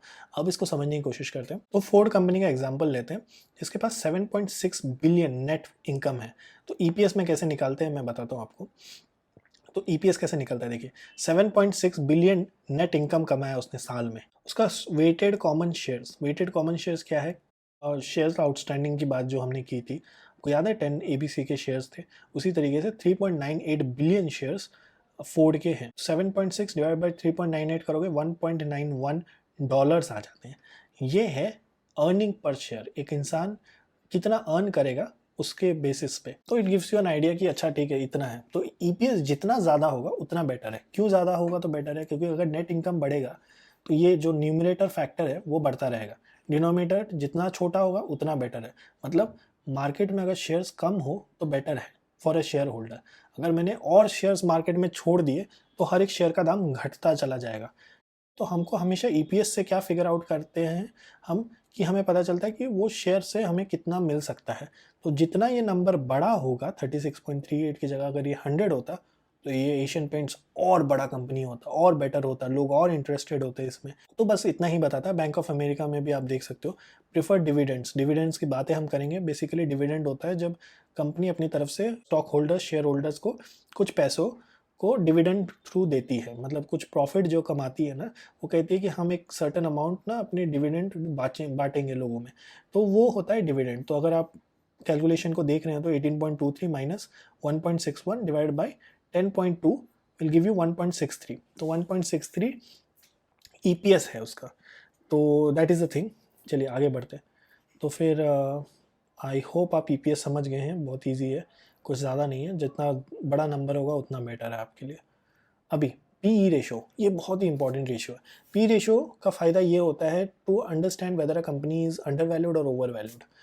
क्यों ज़रूरत है ये अंडर वैल्यूड और ओवर वैल्यूड फंडा समझने की? अगर मैं आज के डेट में एवोकाडो और एप्पल, दो चीज़ है, दो फ्रूट्स हैं, एवोकाडो के प्राइस में, मतलब मान लीजिए एवोकाडो, एक एवोकाडो का इंडिया में प्राइस 200 रुपीज़ है और उस प्राइस में मैं एप्पल बेच रहा हूँ, मतलब एक एप्पल जो फ्रूट है उसको मैं 200 रुपये का बेच रहा हूँ, क्या आप खरीदोगे? आपको पता है कि एप्पल इतना महंगा नहीं होता, तो आप क्यों खरीदोगे एप्पल को? तो वही फंडा यहाँ पे भी यूज़ होता है। कैसे समझ में आएगा कि ये कोई शेयर महंगा है या सस्ता है? जस्ट बिकॉज आप 3,310 रुपये देख रहे हो एशियन पेंट्स का, आप कैसे जज करोगे कि कोई महंगा है? ऐसे तो आप बोलोगे कि नेस्ले का जिसका 19,000 का स्टॉक है वो महंगा है। तो नहीं, महंगा सिर्फ प्राइस से नहीं होता, महंगाई पता चलती है पीई रेशियो से, प्राइस टू अर्निंग रेशियो। हम पीई रेशियो के ऊपर डिटेल में बात करेंगे आगे के चैप्टर्स में, मगर अभी मैं आपको एक मोटा मोटी समझा देता हूँ ताकि आप समझ जाओ। पी रेशियो क्या होता है? करंट शेयर प्राइस, जो भी प्राइस है 3,310 डिवाइड बाई ईपीएस। याद है ये ईपीएस, ये फंडा जो हमने यूज़ किया था 36.38, जो आप यहाँ पे भी देख सकते हो 36.38। 3,310 divide by 36.38 will give you 90.989, 90.72। देख रहे हो आप, ऑलमोस्ट इक्वल है, वही नंबर है बेसिकली। ये नंबर जो 3,310 मैंने अभी लिया, इन्होंने कोई और नंबर लिया होगा, तो जो भी है पी रेशियो कहता है ये 90.72 है। क्या ये महंगा है या क्या ये सस्ता है, कैसे फिगर आउट करेंगे? तो ये चीज़ इन डिटेल बात की गई है आगे के चैप्टर्स में, मैं बताऊंगा आपको। बट इतना ध्यान रखिए, पीई रेशियो से पता चलता है कि कंपनी महंगी है या कंपनी सस्ती है, ये बहुत इंपॉर्टेंट है। चलिए आगे बढ़ते हैं। Face value. तो फेस वैल्यू एक अच्छा कॉन्सेप्ट है, इंपॉर्टेंट कॉन्सेप्ट नहीं कहूँगा, मगर एक कॉन्सेप्ट है जो आप सीख जाओगे तो बेटर रहेगा। यहाँ मैंने दो एग्जाम्पल दिए हैं, हिंदुस्तान यूनिलीवर का और IRCTC का। ये IRCTC का जो स्क्रीनशॉट मैंने लिया है, ये तब का लिया गया है जब IRCTC का स्टॉक स्प्लिट नहीं हुआ था, इसलिए इसका फेस वैल्यू 10 है और इसका फेस वैल्यू 1 है। हिंदुस्तान यूनिलीवर का 1 है। बहुत ईजिली मैं समझाने की कोशिश करता हूँ। ABC कंपनी याद है आपको? ABC कंपनी में अगर मैं एक प्रमोटर हूँ, शेयर होल्डर हूँ, तो कोई भी कंपनी को शुरुआत में स्टार्ट होने के लिए कुछ तो फंड चाहिए। फंड कौन लगाता है? उसके ओनर्स लगाते हैं, जो उसके फाउंडर्स लगाते हैं, जिन्होंने कंपनी स्टार्ट की है वो लगाते हैं, इन अ होप कि कल को जाके वो कंपनी बहुत बड़ी बन जाएगी। तो उसी लॉजिक को आगे बढ़ाते हुए 1 रुपये का फेस वैल्यू, मतलब 1 रुपये पर शेयर के हिसाब से होल्डर्स को मिला था, जो मतलब 1 रुपये में वो हिंदुस्तान यूनिलीवर का शेयर मिला था। इसका मतलब उन्होंने करोड़ों रुपए लगाए होंगे या लाखों रुपए लगाए होंगे उस ज़माने में जब हिंदुस्तान यूनिलीवर स्टार्ट हो रहा था। तो अगर उन्होंने लाख रुपए लगाए हैं तो एक प्रमोटर को 1 लाख शेयर्स मिलेंगे, क्योंकि फेस वैल्यू 1 है। फेस वैल्यू 10 है तो 10 रुपये का एक शेयर है IRCTC का, तो 10 रुपये का एक शेयर है। इसका मतलब ये है कि अगर किसी ने 1 लाख रुपए लगाए हैं तो 1 लाख डिवाइड बाई 10 फिर 10,000 शेयर ऑफ IRCTC मिलेगा उसको। होप ये कॉन्सेप्ट क्लियर है, बस इतना ही है और कुछ नहीं है। फेस वैल्यू इसका 1 रुपये है, इसका मतलब जो प्रमोटर्स ने पैसे लगाए थे 1 रुपये के हिसाब से उनको स्टॉक मिला था। फिर इसीलिए जब कोई भी कंपनी IPO के लिए जाती है सबसे ज़्यादा फायदा प्रमोटर्स को होता है। तब प्रमोटर्स क्या करते हैं, अपने शेयर्स बेचते हैं, क्योंकि तब तक कौन खरीदेगा उनसे, उनके पास शेयर्स पड़े रहते हैं। जब कंपनी प्रॉफिटेबल होती है, IPO आता है उनका, वो अपने शेयर्स को जब बेचते हैं तो 1 रुपये का जो शेयर है, किसी ने अगर उसको 3310 में बेचा होगा, just imagine the kind of money वो प्रमोटर्स ने बनाया होगा।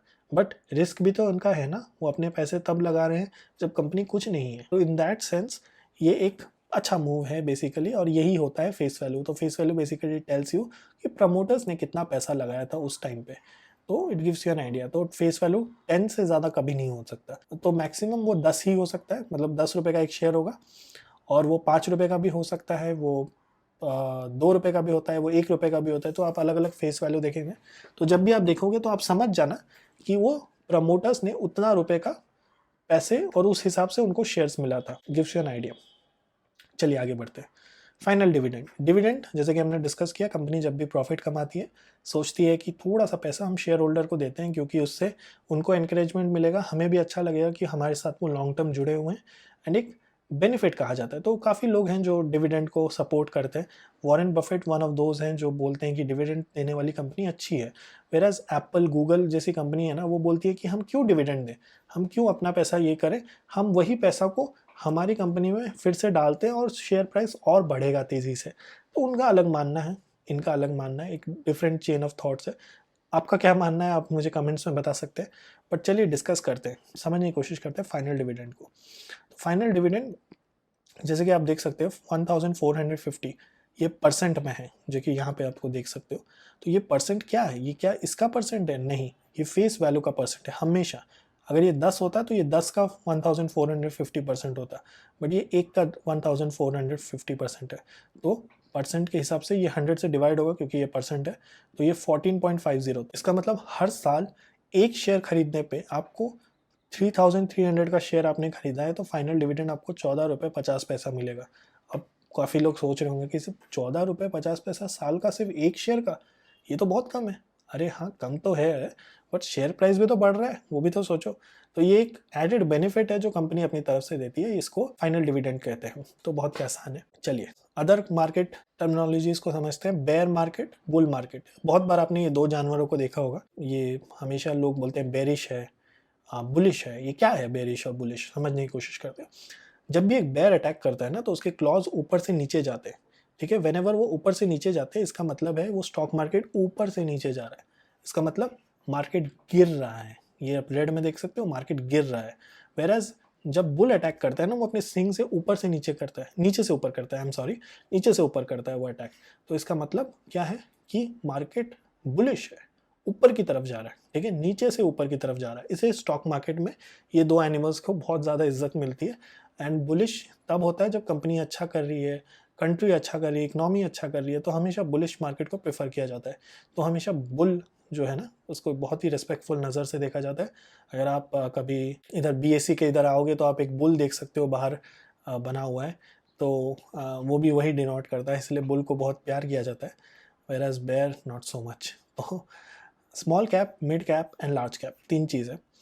मार्केट कैपिटलाइजेशन जैसे हमने डिसाइड उस टाइम पे देखा था, एशियन पेंट्स का मार्केट कैपिटलाइजेशन 3,20,000 समथिंग था, करोड़ों में था वो। अगर आपकी कंपनी, कोई भी कंपनी, अगर वो 5,000 करोड़ के नीचे है, मतलब वो उतना उसका मार्केट कैपिटलाइजेशन है, मतलब उसके शेयर्स मल्टीप्लाइड बाय कि जो price of one share multiply by total outstanding share, अगर 5,000 करोड़ से कम है तो वो एक स्मॉल कैप कंपनी है। अगर वो 5,000 से 20,000 करोड़ के बीच में तो वो एक मिड कैप कंपनी है। और अगर वो एक 20,000 करोड़ से ऊपर की कंपनी है तो वो एक लार्ज कैप कंपनी है। एग्जाम्पल तुरंत दे देता हूँ। स्मॉल कैप कंपनी का एग्जाम्पल होगा IDFC बैंक का नाम सुना होगा, आजकल अमिताभ बच्चन उनका ऐड कर रहे हैं, तो अच्छा बैंक है। तो अगर आप उसका प्राइस देखोगे तो कुछ 52 के आसपास होंगे, शायद अभी गिर भी गया होगा। उसका जो मार्केट कैप है 5,000 करोड़ से कम है, इसलिए वो एक स्मॉल कैप कंपनी है, स्मॉल कैप बैंक है। अब मिड कैप बैंक की बात करेंगे तो यस बैंक कहलाएगा वो। एक टाइम पे वो लार्ज कैप कंपनी हुआ करता था, मगर फिर मार्केट में उसका प्राइस गिर गया और आज की डेट पे वो एक मिड कैप कंपनी है। तो वो 5,000 से 20,000 करोड़ के बीच में उसका मार्केट कैपिटलाइजेशन आता है। उसके बाद लार्ज कैप कंपनी की बात करेंगे तो हमारा सबसे बड़ा एग्जांपल है एचडीएफसी बैंक है, एक्सिस बैंक है, फिर उसके बाद आईसीआईसीआई बैंक है। तो ये सब हो गया मार्केट कैपिटलाइजेशन में लार्ज कैप कंपनी। तो मार्केट कैपिटलाइजेशन कितना वैल्यूएशन है उस कंपनी से, उससे डिसाइड होता है कि क्या वो स्मॉल कैप है, मिड कैप है, लार्ज कैप है। इसका सिग्निफिकेंस क्या है मैं बता दूँ। अगर आप एक स्मॉल कैप कंपनी में पैसा लगाते हो ना, तो वो रिस्की तो है मगर आपकी रिटर्न्स भी बहुत जल्दी बढ़ेंगे। तो याद रखिए रिस्क और रिवॉर्ड एक साथ जाते हैं, तो जितना रिस्क होगा उतना रिवॉर्ड मिलेगा। तो आज के डेट में अगर मैं आईडीएफसी बैंक में 52 रुपीज़ का एक स्टॉक खरीदता हूँ तो उसका 100 होने के चांसेस बहुत जल्दी हैं, रैदर देन मतलब 100 मतलब ट्वाइस हो गया, मतलब 100% इंक्रीमेंट हो गया। वही चीज़ मिड कैप में कम है क्योंकि थोड़ा सा कंपनी बढ़ चुकी है तो उसका और बढ़ना थोड़ा मुश्किल है। लार्ज कैप में और मुश्किल है। इसका मतलब पैसे बढ़ेंगे but percentage of money will not grow. ठीक है, तो इसीलिए लोग स्मॉल कैप कंपनी ज़्यादा प्रेफर करते हैं अगर घुसने के लिए। बट रिमेंबर पैसे कम भी हो सकते हैं। वही 50 अगर 25 हो गया मतलब आधा प्राइस उसका घट गया तो आपके पैसे भी तो कम हो गए। तो ये सब भी समझना पड़ेगा। सब हम डिटेल में बात करेंगे बट चलिए आगे बढ़ते हैं। तो चलिए दोस्तों नेक्स्ट चैप्टर की तरफ बढ़ते हैं। नेक्स्ट चैप्टर है न्यूबी मिस्टेक्स। ये मिस्टेक्स के बारे में हमने बात की थी। और एक बहुत ही फनी सा फोटो डाला है मैंने। स्टॉक मार्केट आपको कुत्तों की तरह दौड़ा के काटेगा अगर आपने ऐसी मिस्टेक्स की तो फिर ये चीज़ का आपका ध्यान रखना है। तो चलिए डिस्कस करते हैं न्यूबी मिस्टेक्स। और इस मिस्टेक से कई मिस्टेक्स मैंने खुद भी अपनी लाइफ में किए बट आपको समझने की ज़रूरत है कि अगर इन मिस्टेक्स को आप जानोगे, पहचानोगे तो ये मिस्टेक करने की फ्रीक्वेंसी है वो कम हो सकती है, इनफैक्ट ख़त्म भी हो सकती है। तो आप कितने अच्छे से इन मार्केट को मिस्टेक्स को समझ सकते हो उससे आपको जितना बेनिफिट मिलेगा। तो ये कुछ वर्ड्स ऑफ विजडम है। ये चैप्टर बहुत ही छोटा होने वाला है। वर्ड्स ऑफ विजडम मैं आपको तुरंत बता देता हूँ। Stock market can not make you rich, at least not in a small duration of time. आज की डेट में बहुत कम लोग हैं जो ये कह सकते हैं कि स्टॉक मार्केट से हमने बहुत पैसा कमाया है। नहीं, वो पैसा ये क्या बोलता है कि अगर आप अमीर बनने आए हो ना स्टॉक मार्केट में तो भूल जाओ, इतना आसान नहीं है अमीर बनना। अगर इतना आसान होता तो सब वॉरेन बफेट बन चुके होते, बट इतना आसान नहीं है। तो इट टेक्स टाइम। गंवाने वाले बहुत हैं, ठीक है, बहुत है। तो स्टॉक मार्केट से अगर आपको पैसा कमाना है ना तो लॉन्ग टर्म का सोचो, ठीक है। ट्रेडिंग एक अलग प्लेटफॉर्म हो गया, ट्रेडिंग एक अलग चीज़ हो गया। मैं उसके बारे में डिस्कस ही नहीं कर रहा। ये पूरा जो सेशन है, ये यूट्यूब वीडियो जो मैंने बनाया है बेसिकली सिर्फ और सिर्फ लॉन्ग टर्म इन्वेस्टमेंट के लिए है। लॉन्ग टर्म इन्वेस्टर की नज़र से देख रहे हो तो स्मॉल ड्यूरेशन में पैसे कमाने के पीछे मत भागो। रिच बनना है, पेनी स्टॉक उठा लिया, कोई भी स्टॉक उठा लिया और फिर एज्यूम कर लिया कि ये बढ़ेगा, नहीं, ऐसा नहीं होता। अच्छा लगता है देखने में कि छोटा प्राइस लिया है, बहुत सारा वॉल्यूम है हमारे पास, बहुत सारे क्वांटिटी है, बट जब वो गिरता है ना तो उतनी ही तेज़ी से पैसे भी कम होते हैं। तो ये सबसे पहले तो अपने दिमाग से निकाल दो कि I want to be rich in a small duration now. हाँ, अमीर बनना है बनो, but a longer duration of time में, ठीक है। पैसे अलग जगह से कम बनाते रहो बट स्टॉक मार्केट को ये मत समझो कि ये बहुत कम टाइम पे आपको पैसा अमीर बना देगा। Avoid trading until you understand it. Trading जो मैंने कहा, बहुत कम लोग हैं जो कैंडलस्टिक चार्ट्स को एक्चुअल में समझ सकते हैं और उससे पैसे जनरेट कर सकते हैं। ट्रेडिंग में भी लोग अंधों की तरह पैसे गंवाते हैं। इस चीज़ को समझते ही नहीं है कि ट्रेडिंग में और नॉलेज की ज़रूरत है। इन्वेस्टमेंट तो ठीक है, trading is another layer to it. तो अगर आप ट्रेडिंग का सोच रहे हो तो start with the basics, investing सीखो। मैं ये नहीं कह रहा कि ट्रेडिंग सीख ही नहीं सकते, बट हरी मत करो इस चीज़ में। अब तेज़ी से भागो मत उस डायरेक्शन में कि नहीं नहीं नहीं मुझे ट्रेडिंग करना है, मुझे पैसे कमाने हैं। नहीं, पहले सीखो, इन्वेस्टिंग सीखना है, उसके बाद ट्रेडिंग की तरफ बढ़ना है। Okay, third, do not consider stock market to become your only source of income.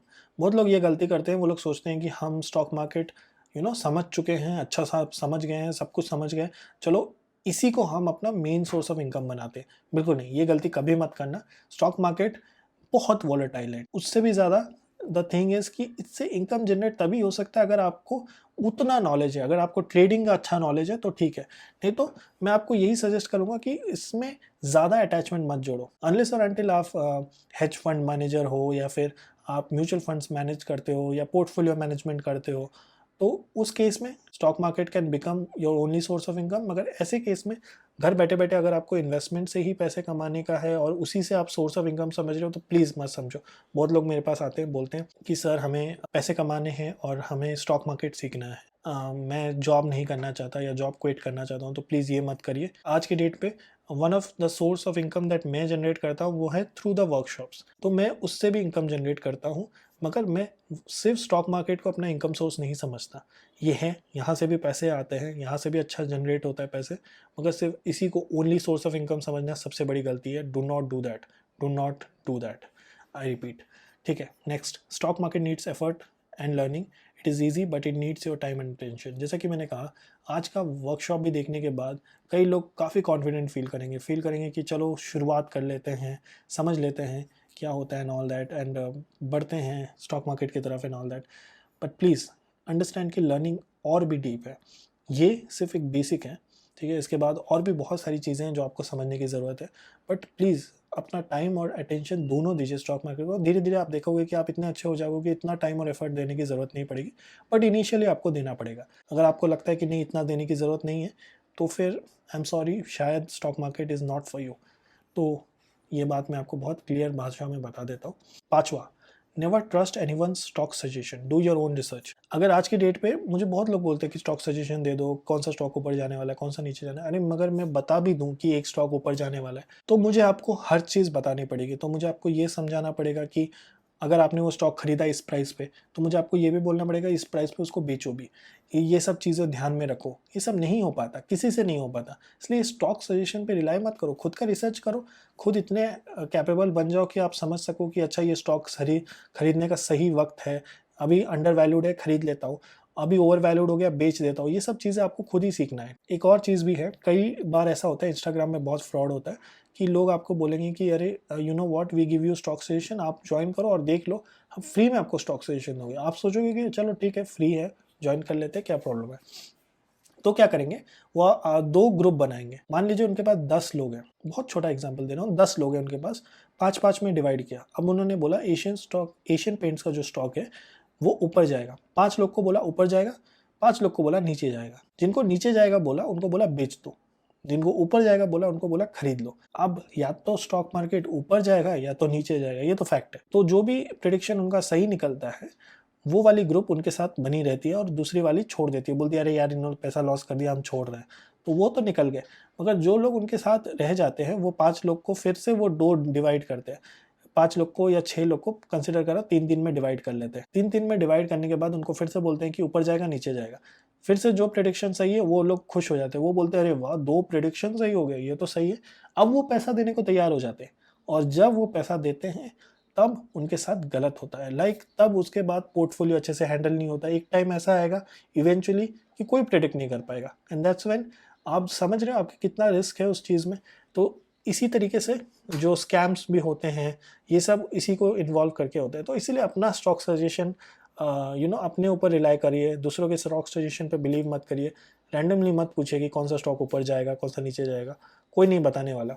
मैं क्यों आपको बताऊं, मैं खुद भी रिसर्च करके अपना पैसा डालूंगा, और मैं क्यों आपको बताऊं। अगर मैं आपको बता रहा हूं तो मेरे इंटेंशन सही नहीं है, मैं कुछ आपसे गलत चाहता हूँ या मैं आपको स्कैम करना चाहता हूँ, बहुत सारी चीज़ें हैं। तो ये सब चीज़ें आपको समझना पड़ेगा। कुछ लोग हैं जो स्टॉक के सजेशन देते हैं, मैं नहीं कह रहा कि वो गलत है, वो भी रिसर्च करते हैं, वो आपको बताते हैं, वो भी ठीक है। सब अपना अपना करते हैं, बट मैं आपको हाईली सजेस्ट करूँगा अगर आप सीख सकते हो तो सीखो। स्टॉक मार्केट बहुत सिंपल चीज़ है, और टू बी ऑनेस्ट अगर आप एक बार सीख जाओगे तो आपको ये लाइफ टाइम के लिए सर्व करेगा। एंड ये फिर आप अपने बच्चों को सिखा सकते हो, वो लोग भी मनी के साथ ही ना एक अच्छा रिलेशनशिप बिल्ड कर सकते हैं उसके अराउंड। तो ये बहुत अच्छी चीज़ है। तो चलिए, ये हो गया stop over analysing stock market. ये मिस्टेक मैं बहुत करता था। मैंने एक स्टॉक खरीद लिया, उसको फ़ोन उठाया, मैं उसको देखता चला गया, अरे ऊपर गया है नीचे गया है, ऊपर गया है नीचे गया है, कोई फ़र्क नहीं पड़ता। तो जब भी आपको खरीदना है, जब आपको बेचना है, तभी आप देखो, और नहीं तो नहीं, कोई मतलब नहीं है। ठीक है, आप रिसर्च कर सकते हो, मगर सिर्फ उसके चार्ट को बैठ के देख रहे हो, ऊपर गया बड़ी खुश हो रहे हो, नीचे गया दुखी हो, रो रहे हो, रात को नींद नहीं आ रही, ये सब मत करो। ठीक है, ओवर एनालिसिस करके स्टॉक मार्केट में कुछ नहीं मिलने वाला। अपने काम में काम रखो, स्टॉक मार्केट में पैसा लगे रहने दो, वो बढ़ता रहेगा ओवर द टाइम, आप उसकी चिंता मत करो। इसलिए मैं बोलता हूँ लॉन्ग टर्म इन्वेस्टर्स जो हो ना, उनको एक चैन की नींद आती है। ट्रेडर्स वगैरह जो होते हैं ना, थोड़ा रिस्की में, हमेशा उनको लगता है कि अरे कल रात हमको इतना लॉस हो गया, हमें इस दिन में, कल हमको प्रॉफिट करना है एंड ऑल दैट, उनके दिमाग में हमेशा वही चलता रहता है। अगर आप एक साउंड ट्रेडर हो तो ठीक है, बात अलग है, मगर अगर आप नहीं हो तो I will not suggest you that. तो इसलिए ओवर एनालिसिस मत करो स्टॉक मार्केट में, बड़ा सिंपल चीज़ है, कॉम्प्लिकेट मत करो उसे। Next 7th, avoid penny stocks. Penny stocks की बात हो रही है, पेनी मतलब $1, 75 रुपीज़ या 70 रुपीज़ जो भी है, ₹70 से नीचे जो भी स्टॉक्स है पेनी स्टॉक्स है। जैसे मैंने IDFC का एग्जांपल दिया था, प्लीज़ वो मत खरीदना। ₹52 का स्टॉक है, इसका मतलब वो एक पेनी स्टॉक है। अब पेनी स्टॉक का फ़ायदा क्या होता है? बहुत लोग बोलते हैं कि पेनी स्टॉक खरीद के एक फ़ायदा ये होता है कि वो बहुत तेज़ी से ऊपर जा सकता है। हाँ, बहुत तेज़ी से ऊपर तो जा सकता है, बट बहुत तेज़ी से नीचे भी आ सकता है। हमेशा याद रखो, penny stock is a penny stock for a reason. बहुत लोग बैठे हैं, एनालिसिस कर रहे हैं, म्यूचुअल फंड्स वाले हैं, बहुत सारे लोग हैं। उनका सिर्फ़ और सिर्फ़ एक ही एम रहता है कि कब जल्द से जल्द हम नेक्स्ट मल्टी बैगर खोजें, ताकि हम मैक्सिमम प्रॉफ़िट कमा सकें। तो यहाँ तक बात आ जाती है पेनी स्टॉक्स को लेके। तो प्लीज़ हमको बहुत अच्छा लगता है देखने में कि अरे मेरे पास इतने यूनिट्स ऑफ स्टॉक हैं, मेरे पास इतने क्वांटिटी ऑफ स्टॉक है, 1000 स्टॉक्स हैं मेरे पास।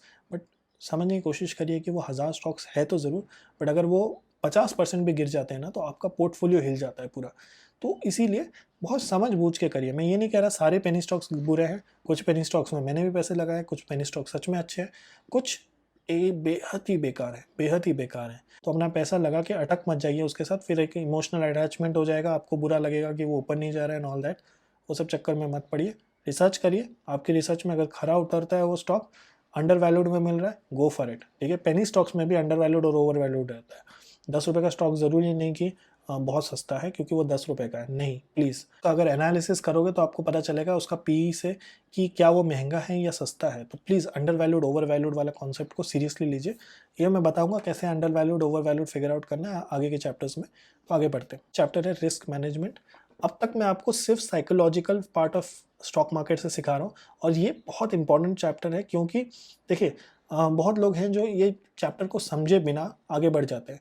रिस्क मैनेजमेंट अगर आपको खुद ही नहीं पता कि आप कितना रिस्क लेने के कैपेबल हो, तो आप स्टॉक मार्केट में सर्वाइव नहीं कर पाओगे फॉर अ लॉन्ग रन। तो मैं चाहता हूँ कि मैं आपको फंडामेंटली इतना स्ट्रॉन्ग कर दूँ कि आप फिर उसके बाद कुछ भी हो जाए, आप हमेशा स्टॉक मार्केट में एक अच्छी पकड़ के साथ रहोगे, आप समझोगे, अपने रिस्क मैनेजमेंट के हिसाब से पैसे लगाओगे। तो चलिए इस चैप्टर को अच्छे से इन डिटेल समझने की कोशिश करते हैं। प्लीज़ इस चैप्टर को सीरियसली लीजिएगा। कई लोग हैं जो बिना समझे बस स्टॉक मार्केट में घुस जाते हैं और बहुत प्रॉब्लम हो जाती है।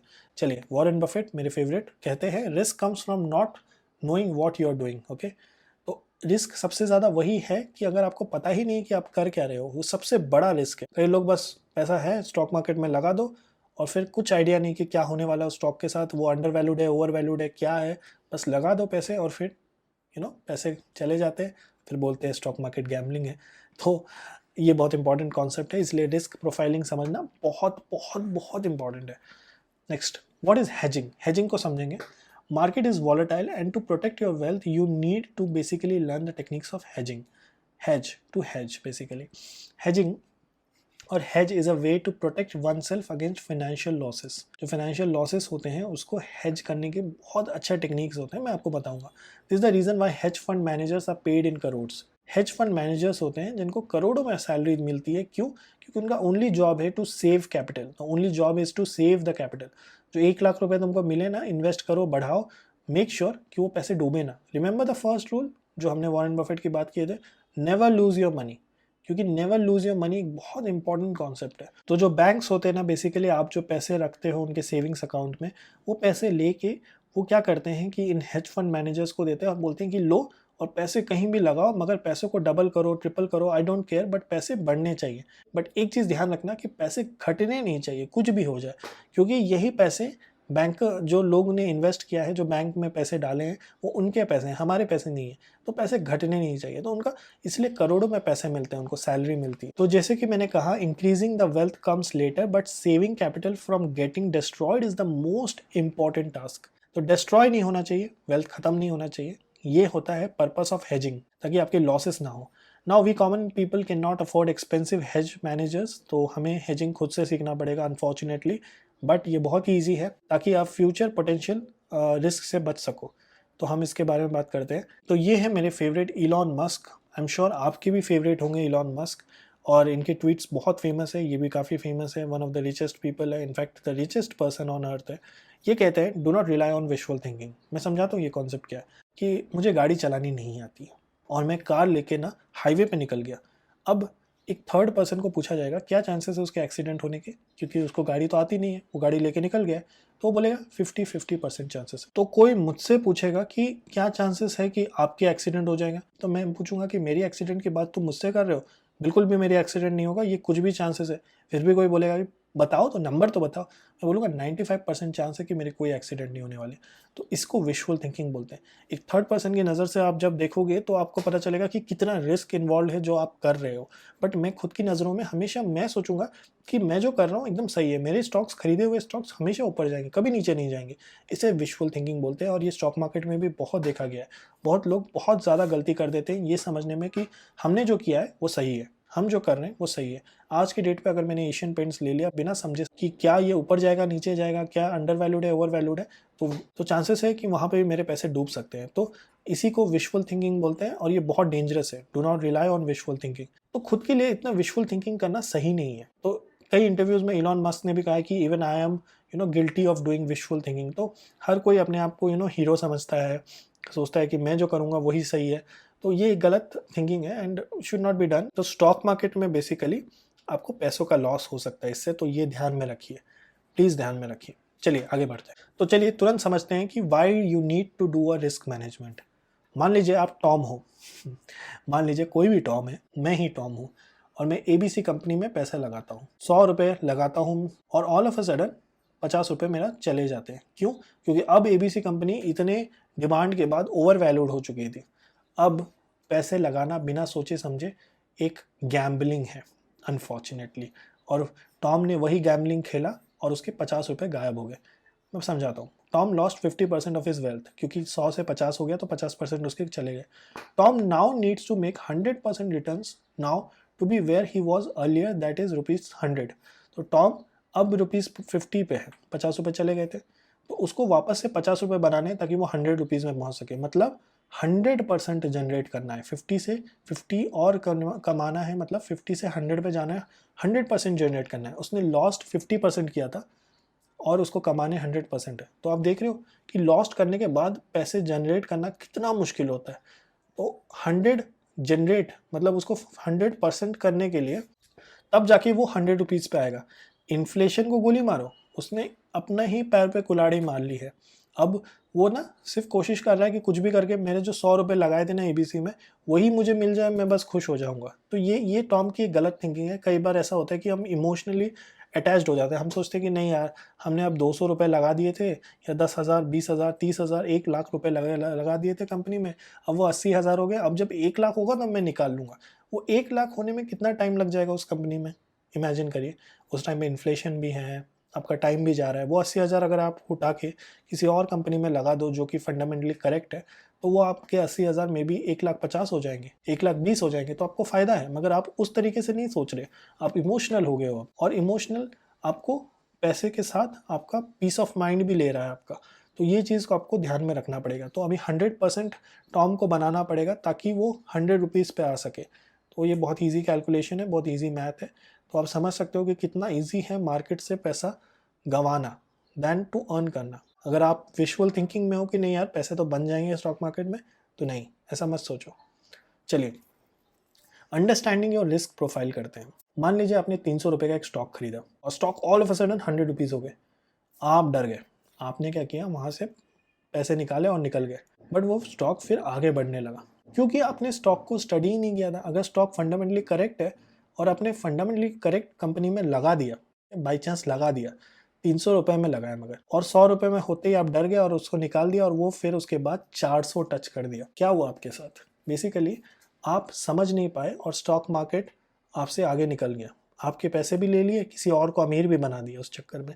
तो इसीलिए समझना पड़ेगा कि risk capacity versus risk adverse क्या होता है। तो ये जो लिंक है ये मैं डिस्क्रिप्शन में भी डाल दूंगा, जाइए इस लिंक में चेक करिए कि आपका रिस्क प्रोफाइल क्या है। जब मैंने ये रिस्क प्रोफाइल का टेस्ट लिया था तो मुझे आया था you are a high risk investor. ये मेरा रिस्क क्वेश्चन है, हाई रिस्क इन्वेस्टर हूँ मैं।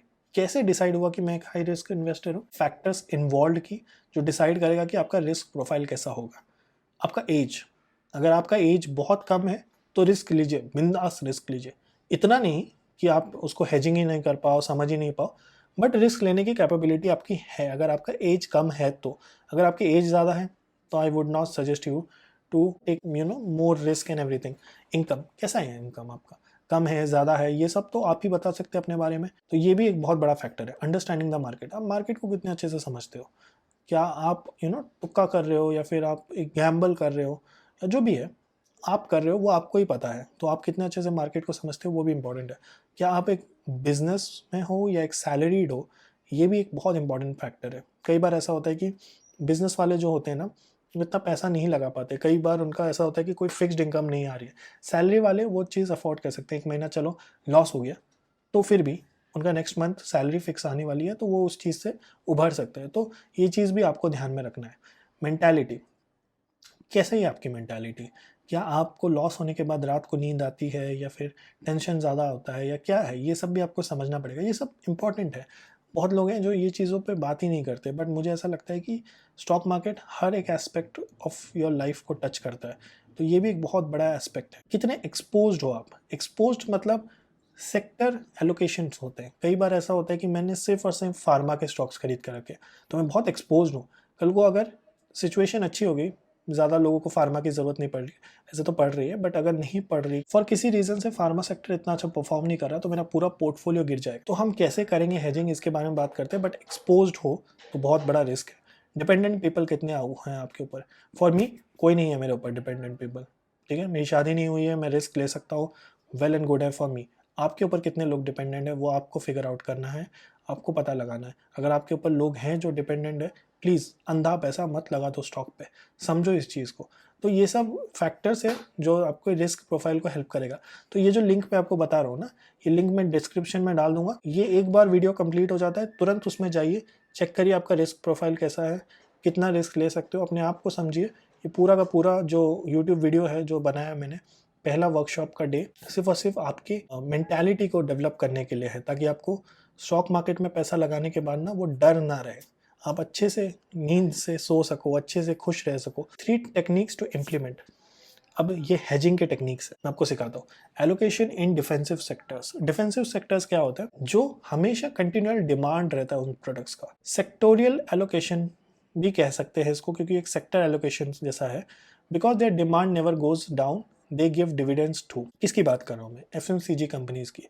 एफएमसीजी मतलब डाबर हो गया, हिंदुस्तान यूनिलीवर हो गया, एशियन पेंट्स हो गए। अभी ऐसा हो सकता है कि फॉर दैट मैटर अगर मैं ये कहूँगा कि एक कंपनी है, जोमेटो है फॉर दैट मैटर, मैं बाहर से अगर खाना ऑर्डर नहीं करूँ, मेरा बुरा टाइम चल रहा है, कोविड है, मेरे पास पैसे नहीं है, मेरी सैलरी कम हो गई है, जो भी है रीज़न, तो क्या मैं फिर भी जोमेटो से खाना ऑर्डर कर रहा हूँ? अगर तब भी कर रहा हूँ तो something is wrong with me.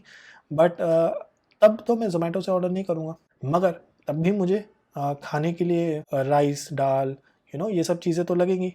और डाबर हो गया, एचयूएल हो गया, ये सब कंपनीज जो है ना, ये फास्ट मूविंग कंज्यूमर प्रोडक्ट्स बनाती है। तो कोविड के टाइम पे भी आपने देखा होगा कि ये कंपनीज ने बहुत अच्छा ये किया। डीमार्ट जैसी कंपनी जो प्रोडक्ट बेचती है एफएमसीजी की, उसने भी बहुत अच्छा किया। तो ऐसी कंपनीज हमेशा प्रॉफिटेबल रहती है नो मैटर व्हाट। तो ये हो गया कंटिन्यूअल डिमांड रहता है। बहुत ज़्यादा प्रॉफिटेबल नहीं हो जाती है क्योंकि बहुत ज़्यादा कंपटीशन है इनके बीच में ही, मगर they make steady profits and हमेशा हर टाइम प्रॉफिट बनाते रहेंगे।